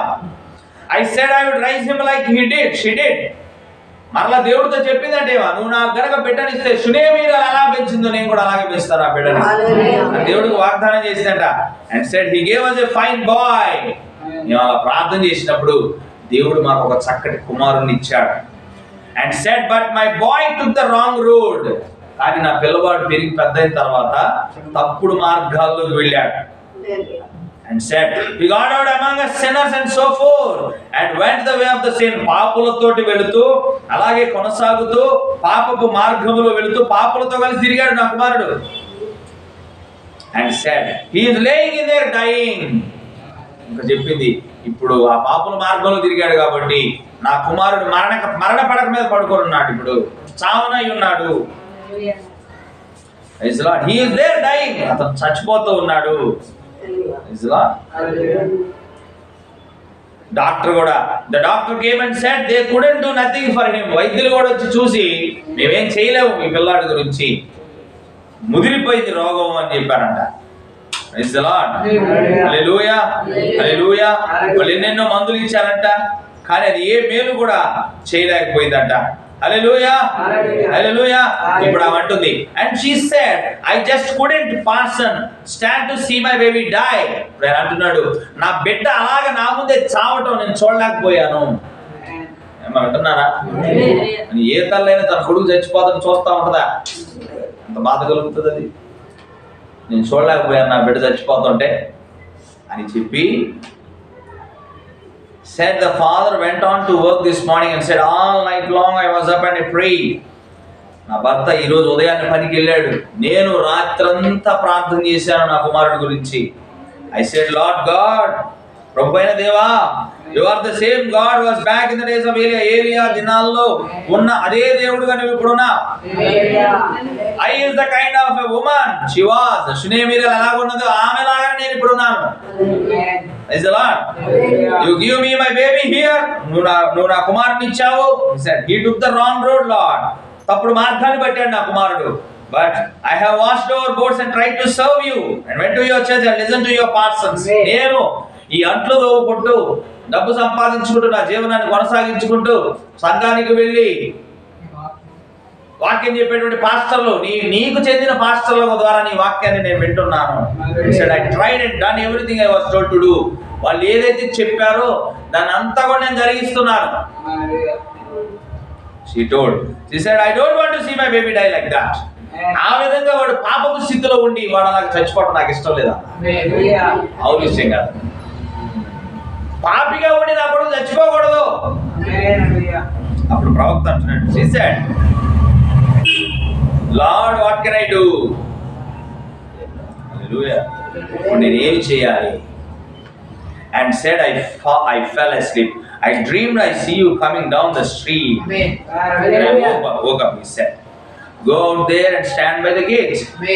అలాగ ప్రార్థన చేస్తూ నిద్రపోయిందా? నిద్రపోతే నిద్రలో కళ, ఆ కళలో నువ్వు కనిపించావా? అప్పుడు నేను లేచి చూసేసరికి ఒక స్వరం చెబుతుంది నాతో, వెళ్ళి నీ గేట్ దగ్గర నిలబడు, నా సేవకుడు నేను పంపిస్తాను అని దేవుడు చెప్పాడు. చెబితే ఆమె పోయి అలాగే అక్కడ నిలబడి ఉన్నాను. ఇలా గేట్ని ఎలా ఆనుకొని ఉందంట. ప్రవక్త చెప్తాడు ఒక మెసేజ్లో, మంచు పడి పడి ఆమె వీపు భాగం అంతా తడిచిపోయి నీళ్లు కాదు, అయినా నిలబడదు. ఎందుకోసం? దేవుడు చెప్పాడు, ప్రవక్త వస్తాడు కదా, వీపు అంతా తడిచిపోయిందంట, నీళ్లు కారుతున్నాయి తడిచిపోయి, అయినా ఎదురు చూస్తూ ఉంది. ఒక పక్క ఏడుస్తుంది కొడుకు కోసం, ఒక పక్క ప్రవక్త వస్తాడు అని ఎదురు చూస్తాం. He said, go out there and stand by the gate. వెళ్ళి బయట గేట్ దగ్గర నిలబడు. And her back was still wet. ఇప్పటికి కూడా, అంటే ఆయన వచ్చేసరికి సూర్యుడు పూర్తిగా వచ్చాడు, ఆ సమయంలో కూడా వీపు ఎలా ఉందంట, రెడీగానే తడిచిపోయిందంట. She had a man's shirt tied around her head. ఒక పురుషుడి యొక్క చొక్కాని తలకు చుట్టుకొని ఉందా. And as I looked down there, I looked at her, I thought, my. ఆ వైపు చూసినప్పుడు ప్రవక్త చెలించిపోయాడు. అమ్మో, ఏంది ఎంతసేపు నుంచి నిలబడిందో. ఆమె అన్నదంట, she said, won't you come in? అవును, వస్తారా? Oh my, I opened that old gate back. A little old plow point hanging there for a gateway. ఆ తలుపు కూడా చాలా తేలికగా ఉంటుందంట, అటు ఇటు ఊగిలాడుతూ ఉంటుందంట. దానికి అడ్డుగా గడ్డపలుగు పెట్టారు. హల్లెలూయా. గడ్డపలుగు పెట్టారు అక్కడ. అది అటు ఇటు కాకుండా గడ్డపలుగు దించారు, దాన్ని తీసి లోపలికి వెళ్ళాడు అన్న. You know what they are? And they went on in the inside. I've been in king's palaces, you know. But never was I any more welcome than I was in the little colored house that morning. నేను రాజుల గృహంలో కూడా వెళ్ళాను, కానీ ఇక్కడ వారు చూపించినటువంటి ఆతిథ్యం వేరుగా ఉన్నాను. లోపలికి వెళ్ళాడు. ఆ నల్ల జాతికి చెందినటువంటి ఆ స్త్రీ యొక్క ఇల్లు ఆ ఉదయకాలం లిటిల్ ఓల్డ్ ఫ్లోర్, లోపలికి వెళ్తే పాడుపడిపోయిందంట నేలంతా కూడా. హల్లెలూయా. The little old iron bedstead there. ఇనుప మంచం ఉందంట లోపల. ఇక పేదరికంలో ఉన్నారు వాళ్ళు. But laying on the bed was a great big fine looking boy. ఆ పడక మీద బాగా పొడుగుగా ఉన్నాడు, బాగా బలంగా ఉన్నాడు, పడుకొని ఉన్నాడు. Looked to be about 190 pounds. 190 పౌండ్ల వెయిట్, అంటే 90 కేజీలు దాకా ఉంటాడు. హల్లెలూయా. Just strong and husky. చూడటానికి ఎలా ఉన్నాడంటే, నలుపు మరియు గోధుమ రెండు కలిస్తే రంగు ఎలా ఉంటుందంటే ముదురు రంగు లాగా వస్తుంది కదా, ఆ రంగులో ఉన్నాడు, బలముగా ఉన్నాడు. He had the sheet in his hand. అతని చేతుల్లో ఒక దుప్పటి లాంటిది ఉందంట. Praise the Lord. Going అరుస్తున్నాడంట, నరుస్తున్నాడంట కళ్ళు మూసుకొని. I said, good morning sir. బ్రహ్మ గారు అన్నారు, అయ్యా శుభోదయం నీకు అని అన్నాడు. వింటున్నారా? పేషెంట్ శుభోదయం అంటే కనీసం ఉలకలా పలకలా. ఓ she said, parson, he hasn't known nothing for 3 or 4 days. అయ్యా 3-4 రోజుల నుంచి అసలు ఏమీ లేదు, స్పృహలో లేడు, మనం చెప్పేదానికి తిరిగి స్పందించట్లేదు, అలాగే పడుకొని ఉన్నాడు పాస్టర్ గారు. He thinks he is out in the ocean or some big place. అతను ఏమనుకుంటున్నాడంటే ఏదో పెద్ద మహాసముద్రంలో ఉన్నాడు అని అనుకుంటున్నాడు. He talked about it being dark. మొత్తం కటిక చీకటి ఉంది అని చెబుతున్నాడు. And he is in a boat. ఒక పడవలో కూర్చున్నాడని చెబుతున్నాడు. And he can't find his way back. వెనక్కి ఎలా తిరిగి రావాలో తెలియట్లేదని కేకలేస్తున్నాడు. చీకట్లో ఉన్నాను అంటున్నాడు. And said, that's what breaks my heart. Said, if I could just hear him say he was saved. అలాగా నేను వెనక్కి రాలేకుండా ఉన్నాను అని మాట చెప్తున్నాడు. ఆ మాట విన్నప్పుడల్లా నా హృదయం బద్దలైపోతుంది. నేను కేవలం అతని నుంచి ఏం వినాలనుకుంటున్నానంటే, నేను రక్షించబడ్డాను అనే మాట వినాలని కోరుకుంటున్నాను. మనం గమనించాలి, నేను బాగుపడ్డాను, స్వస్థపడ్డాను అని వినాలని కోరుకోవట్లామా? చూస్తున్నారా ఎంత తేడా ఉందో? నేను స్వస్థపడ్డాను అని నా కుమారుడు చెప్పాలి అని కోరుకోవట్లామా? నేను రక్షించబడ్డాను అని వాడు చెప్పాలి నాకు. స్వస్థపడటం వేరు, రక్షించబడటం వేరు. స్వస్థపడ్డాక మళ్ళా లోకంలో పడిపోతారేమో, అది కాదు నాకు కావాల్సిన, రక్షించబడాలి. అయితే బ్రహ్మ గారు అన్నారు, I said, auntie I pray for the sick. నేను చెప్పాడు, ఆంటీ నేను రోగుల కొరకు ప్రార్థిస్తాను అంటే ఆయన అన్నాడు, ఆమె షీ వాజంట్ ఇంట్రెస్టెడ్, దాని మీద ఆసక్తి లేదా. రోగం నుంచి బయటపడే దాని మీద ఆమె ఏమాత్రం ఆసక్తి లేదు. ఆమెకున్న ఆసక్తి ఏంటంటే వాడు రక్షించబడాలి యేసుక్రీస్తు నామములో. She wanted to see that boy saved. ఆ పిల్లవాడు రక్షించబడాలని కావాలని కోరుకుంటుంది ఆమె. That's what she wanted to see, that boy saved. మరి ఆ పిల్లవాడు రక్షించబడటమే చూడాలని కోరుకుంటుంది ఆమె. You know that she would see him again on the other side then. అప్పుడు రక్షించబడితే ఆవులు కట్టిన మళ్ళా వాడిని కలుసుకోవచ్చు అనే ఆశ కలిగి ఉన్నామే. ఎంత గొప్ప ఆశ కదా. నా he took the wrong road, what you pray for him, తప్పుడు మార్గాలు పట్టాడు ఆయన. ప్రార్థన చేస్తావా కొంచెం అతని కోసం? ఇక్కడ వరకు ఎంతమందికి అర్థమైంది? I said well let's pray. సరే ప్రార్థన చేద్దాం. So we got down, మోకరించారట. I said auntie you pray first. బ్రహ్మ గారు అడుగుతున్నారు, ఒక ప్రవక్త అడుగుతున్నాడు, అమ్మ మొదట నువ్వు ప్రార్థించు. అయితే oh my, when the dear old saint went to pray, it wasn't something new with her. She talked to him like she talked to him before. She did. I just felt chills run over me like that. ఆమె ప్రార్థించడం మొదలు పెట్టినప్పుడంట ప్రవక్త గారికి వణుకు పుట్టిందంట. ఎందుకంటే ఆమె ఎలాగ ప్రార్థించిందంటే ఇదివరకు ఆమె పరిచయం ఉన్న వ్యక్తితో మాట్లాడినట్లుగా. నేనేదో కొత్తది చేస్తున్నాను అన్నట్టు కాదు. కొంతమంది ప్రార్థన చేయమంటే తడబడతారు, ప్రార్థన చేయడం రాదు, నేను ఎందుకు పక్కన వాళ్ళు చేస్తారులే అంటారు. కానీ ఆమె అలా చేయలేదు. ఒక పరిచయం ఉన్న వ్యక్తితో మనం ఎలా మాట్లాడతామో అలాగ మాట్లాడిందంట. అది చూసినప్పుడు వణుకు పుట్టిందంట. I thought, oh God, how did you ever let me down here like this? ఓ ప్రభువా, నువ్వు అసలు నన్ను ఇక్కడికి ఎలాగ నడిపించావు?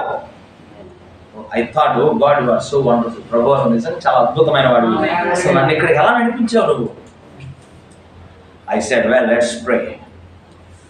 I would watch her and I raised her up and watched her, and she would, tears running down. She said, Lord, here I am. Said, I prayed. He gave me a dream and said the pastor was coming and waited right here. I believe God works on both sides of the line.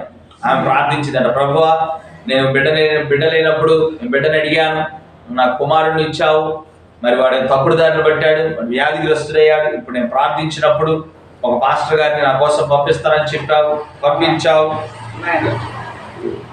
హల్లెలూయా. అయితే ఇక్కడ చూడండి, I waited here till he come. Now here he is. నేను అతని కోసం వేచి ఉన్నాను ఇప్పటి వరకు. ఇప్పుడు అతను ఇక్కడ వచ్చాడు, నా ఇంట్లో ఉన్నాడు. Lord, if I could just hear my baby say I'm saved. Said, I will be all right. ప్రభువా, నాకు కావాల్సింది వాడు రోగం నుంచి బయటపడటం కాదు, వాడు నేను రక్షించబడ్డాను అని చెబితే చాలు, నాకు అది తృప్తినిస్తుంది, ఇక అంత మాత్రం నాకు చాలు అని ఆమె ప్రార్థించిందంట. And then she stopped praying and said amen. తర్వాత ప్రార్థన ముగించింది, ఆమెన్ అన్నాడు. She said, would you pray pastor? ఇప్పుడు ఆమె అడుగుతుంది, అయ్యా నేను చేశాను కదా, ఇప్పుడు నువ్వు చెయ్యి ప్రార్థన. I said, yes ma'am, sister, సహోదరి మేడం గారు, నేను ఇప్పుడు ప్రార్థిస్తాను. I put my hands over on his feet. బ్రహ్మ గారు ఆ రోగి కాళ్ళ మీద చేతులు పెట్టి ప్రార్థించారు. She raised over and wiped the tears off her cheeks like that. She kissed him on the cheek, no matter if he was in disgrace. ఆమె లేచింది, కన్నీళ్లు తుడుచుకుంది, ఆ పిల్లవాడిని ముద్దు పెట్టుకొని ఏమందో తెలుసా, మామాస్ బేబీ, నువ్వు తల్లి కొడుకురా అని ముద్దు పెట్టుకున్నాడు. హల్లెలూయా. ఏమని పెట్టుకుంది? నువ్వు తల్లి కొడుకురా అని ముద్దు పెట్టుకొని, అంత దుర్భరమైన స్థితిలో ఉన్నా కూడా ఆమె కుమారుణ్ణి పోగొట్టుకోదలుచుకోలేదని ప్రవక్త చెప్తున్నాడు. No matter what he was, అతను ఇంతకు ముందు ఎలాంటి పాపం చేశాడు, ఎలాంటి వాడుగా ఉన్నాడు, అది అనవసరం. It is still her baby. పాపం చేసినా పుణ్యం చేసినా నా బిడ్డ అనుకున్నాను. సి, నో మ్యాటర్, ఏమైనా అంత సమస్య లేదు. You think of a mother's love. ఒకసారి తల్లి ప్రేమ గురించి ఆలోచన చేయండి. నా బట్ గాడ్ సెడ్, కానీ దేవుడు అన్నాడు, a mother might forget her baby but I can't forget you. తల్లి అయినా నేను మరచొచ్చు కానీ నేను నిన్ను మరవను అన్నాడు. See, your name is engraved on the palms of my hands. నీ పేరు నేను అరచేతుల్లో నేను చెక్కుకున్నాను. హి లవ్స్ యు. దేవుడు నిన్ను ప్రేమిస్తున్నాడు. డోంట్ వరీ, కంగారు పడద్దు.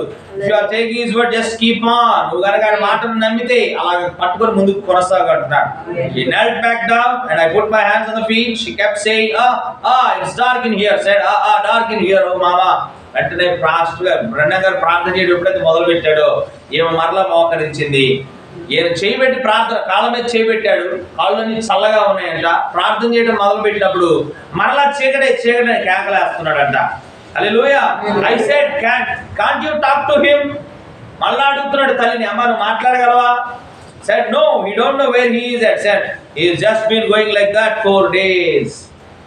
లేదా నేను మాట్లాడలేను, వాడు నాకు స్పందించట్లేదు, 4 రోజులు కూడా అలాగే ఉన్నాడు. ఆ తర్వాత చూడండి, హెవెన్లీ ఫాదర్, పరలోకపు తండ్రి, I don't understand that why that plane come down. ప్రార్థన చేస్తున్నాడు బ్రెండన్ గారు, పరలోకపు తండ్రి అసలు ఎందుకు విమానం ఇక్కడ దాకా వచ్చి ఆగిందో నాకు తెలియదు. నా ఐఎమ్ టూ లేట్, ఇప్పుడు విమానం కదలనే ఉంది, నేను బాగా ఆలస్యం అయిపోయాను. ఐ వోంట్ క్యాచ్ ఇట్, ఇప్పుడు నేను వెళ్ళినా కూడా విమానాన్ని పట్టుకోలేను, అది వెళ్ళిపోయి ఉంటుంది.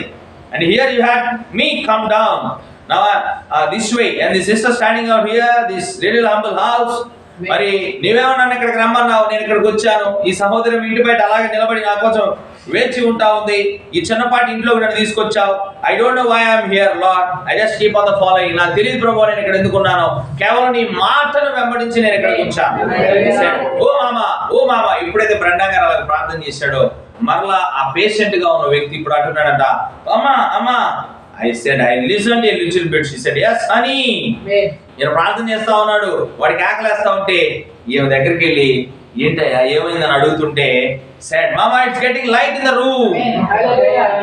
అలా బిడ్డ అంటున్నాడంట, అమ్మా నేనున్న గదిలోకి వెలుగు వస్తుందమ్మా అన్నాడు. స్టార్టింగ్ లోనేమో చీకటి నీకు ఆకలేసిన వాడు ఇప్పుడు ప్రవక్త ప్రార్థన చేయడం స్టార్ట్ చేసిన తర్వాత అమ్మా మరలా నేనున్న గదిలోకి వెలుగు వస్తుందమ్మా, వెలుగు చూస్తున్నానమ్మా అన్నాడంట. A little boy about year అక్కడతో బాగుపడ్డాడు. బాగుపడిన తర్వాత ఏం జరిగిందో చూద్దాం, ఇది ఇంకా ఆశ్చర్యకరం. A little while, about a year after that, I was going through to Phoenix. I come on a train. You know how sandwiches are on train.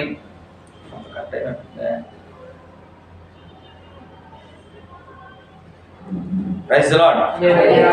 అది అయిపోయింది. బాగుపడిన తర్వాత బయటకు వచ్చిన తర్వాత ఆయన హడావుడికి ట్యాక్సీని తీసుకున్నాడు. ట్యాక్సీని తీసుకొని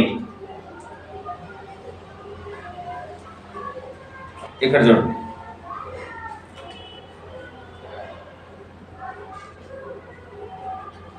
ట్యాక్సీని తీసుకున్నాడు, ఎయిర్పోర్ట్కి వెళ్ళాడు. ఎయిర్పోర్ట్కి వెళ్ళిన తర్వాత విమానంగా కదల చివరి కాల్, కెంటకీ రాష్ట్రానికి వెళ్తున్నాము, ప్రయాణికులందరూ కూడా వచ్చి విమానాన్ని ఎక్కాలని చివరి పిలుపునిచ్చారు. వెంటనే విమానం ఎక్కాడు. Praise the lord. బ్రహ్మం గారు అంటారు, ఆమె చేసిన ప్రార్థన ఆకాశంలో వెళ్తున్న విమానాన్ని కూడా ఆపించింది. ఆపించడం మాత్రమే కాదు, ప్రవక్త అయిన బ్రహ్మం గారిని ఆమె ఇంటికి వెళ్ళి స్వస్థత కోసం ప్రార్థించేలాగా చేసిందంట. ప్రార్థనకు అంత శక్తి ఉందంట. అయితే జరిగిన విషయం చెప్తాను చూడండి. సంవత్సరం తర్వాత, ఇది చదివి చెప్పను నేను, సంవత్సరం తర్వాత మరలా అదే పట్టణంలోకి వస్తాడు ఆయన. రైల్లో ప్రయాణం చేస్తూ ఉంటాడు. ప్రయాణం చేస్తూ ఉంటే అక్కడ బర్గర్లు అమ్ముతూ ఒక పొడువుగా ఉన్న ఒక కుర్రాడు బ్రహ్మం గారిని చూసి వచ్చి పలకరిస్తాడు. నన్ను గుర్తుపట్టారండి? నేను గుర్తుపట్టలేదు, ఎవరు నువ్వు అని అడుగుతాడు ఆయన. మీరు కరెక్ట్గా సంవత్సరం క్రితం ఈ కింద పాటిగా నల్లజాతీయులు ఉండేటువంటి ఆ వీధుల్లోకి వచ్చి ఒక ముసలావిడ ఏడుస్తూ ఉంటే ఆ ఇంట్లోకి వచ్చి ఆమె కొడుకు మంచం మీద పడుకొని ఉంటే మరి ఆయన కోసం ప్రార్థన చేసావు, మీకు గుర్తుందా అండి? అయితే నాకు గుర్తుంది. ఎలా ఉన్నాడు ఇప్పుడు ఆ అబ్బాయి అని బ్రహ్మం గారు అడిగితే, ఆ అబ్బాయి ఇప్పుడు రక్షణ పొందాడు సార్, ఆ అబ్బాయి ఇప్పుడు మంచిగా తన పని తను చేసుకుంటున్నాడండి. ఆ అబ్బాయి ఎవరు తెలుసా? నేనే అన్నా. హల్లెలూయా. బ్రహ్మం గారితో ఆ పిల్లాడు సాక్ష్యం ఇచ్చాడు, నేను రక్షణ పొందానండి, నేను రక్షించబడ్డాను ప్రార్థన ద్వారా. హల్లెలూయా. కాబట్టి బ్రహ్మం గారు అంటున్నారు, ప్రార్థన దేనినైనను మార్చగలదు. పౌలు గారు కూడా చెప్తున్నాడు, అన్నిటికంటే ముఖ్యముగా మనం చేయవలసింది ప్రార్థన. మనం వాక్యం చదువుతాం, మంచిదే, వాక్యం చెబుతాం, మంచిదే, పాటలు పాడతాం, మంచిదే, కానీ వీటన్నిటికంటే ముఖ్యమైనది ఏమంటున్నాడంటే పౌలు గారు తిమోతికి రాసిన పత్రికలో, సంఘములో జరిగే కార్యక్రమాలన్నిటికంటే కూడా ముఖ్యమైనది ఏమిటంటే ప్రార్థన. కనుక ప్రార్థన దేవుడు మన చేతుల్లో పెట్టినటువంటి అత్యంత శక్తి కలిగినటువంటి ఆయుధం అది. కనుక దాన్ని మనం విడిచిపెట్టకూడదు. ప్రతిరోజు బైబిల్లో చాలా మంది ప్రార్థన చేసిన వాళ్ళు ఉన్నారు. దావీదు ప్రార్థన చేశాడు, దానియేలు ప్రార్థన చేశాడు. ప్రార్థన లేకుండా ఏ మంచి విషయాన్ని కూడా మనం పొందుకోలేము. కనుక ప్రార్థన అనేది మనల్ని దేవుడి దగ్గరకు తీసుకెళ్తుందని ప్రవక్త చెప్పినప్పుడు మనం దాన్ని చేయకుండా ఎలా ఉండగలం చెప్పండి. అలాగే ఒక మనిషిలో విశ్వాసాన్ని ఉత్పత్తి చేసేది ఏమిటంటే ప్రార్థన. కనుక మనం ప్రార్థన ఎప్పుడు చేస్తామో ఆ ప్రార్థన విశ్వాసాన్ని పుట్టిస్తుంది. ఆ విశ్వాసాన్ని దేవుడు చూస్తాడు. ఆ విశ్వాసాన్ని చూసి దేవుడు నీ జీవితంలో ఏమి కోరుకున్నావో దానిని నీకు అనుగ్రహిస్తాడు. చాలా ఉదాహరణలు ఉన్నాయి, కానీ మైక్ లేదు. అలాగే హల్లెలూయా మాత్రం సరిపోతుంది అనుకుంటున్నాను. అలా బుధవారం కూడా ప్రార్థన గురించి, దేవుడి చిత్తం మీద ప్రార్థన గురించి చెప్పుకున్నాం. దేవుడి యొక్క పరిస్థితి కనుక ప్రార్థించండి ప్రతిరోజు. ఉదయము మధ్యాహ్నము కుదిరితే, స్త్రీలకు కుదురుతుంది. పురుషులంటే పనులకు వెళ్తారు అనుకోండి, స్త్రీలు ఇంట్లో కూర్చున్న వాళ్ళు ఉదయం ప్రార్థన చేయొచ్చు, మధ్యాహ్నం ప్రార్థన చేయొచ్చు, అలాగే రాత్రి పడుకునే ముందు కూడా ప్రార్థన చేయొచ్చు. అలాగా 3 సార్లు. క్రైస్తవులకి సంఘాలలో కొన్ని గంటలు పెట్టి వచ్చి కూడుకోండి అనేటువంటి ఆచారం లేదు, కానీ ముస్లిమ్స్కి వద్దని 5 పూట్ల అజాకు పిలుస్తారు. ఆ అజా ఎప్పుడైతే వినిపిస్తుందో ఎక్కడెక్కడ ఉన్న వాళ్ళందరూ వెళ్ళి ప్రార్థన చేసుకుంటారు. మూతి కడుక్కుంటారు, ముక్కు కడుక్కుంటారు, చెవులు కడుక్కుంటారు, కాళ్ళేళ్ళు కడుక్కుంటారు, చేతులేళ్ళు కడుక్కుంటారు, అన్ని కడుక్కొని శుభ్రంగా పోయి లోపల కూర్చొని కాసేపు వాళ్ళు చేయాల్సిన ప్రార్థన చేసుకుని బయటకు వస్తారు. అట్లా 5 సార్లు చేస్తారు. మనకు లేదు అది. కొన్నిసార్లు అనిపిస్తుంది అది చాలా భాగ్యం కదా, మనకి ఇష్టం ఉన్నా లేకపోయినా అలాంటిది ఒకటి వినిపించినప్పుడు అరే దేవుడు పిలుస్తున్నాడు అనేది మనం వెళ్తాం కదా. నాకు అనిపిస్తుంది వాళ్ళు కొంచెం మెరుగ్గానే ఉన్నారు మనతో పోలిస్తే అని అనిపిస్తుంది. కానీ విశ్వాసంలో కాదు, వాక్యంలో కాదు. వాక్యంలో వాళ్ళు ఎక్కడో తప్పిపోయి ఉన్నారు. దేవుడి యొక్క పరిశుద్ధమైన మాటలను మన హృదయంలో ఉద్ధరించిన గాక. కనుక ప్రార్థించడం అనేది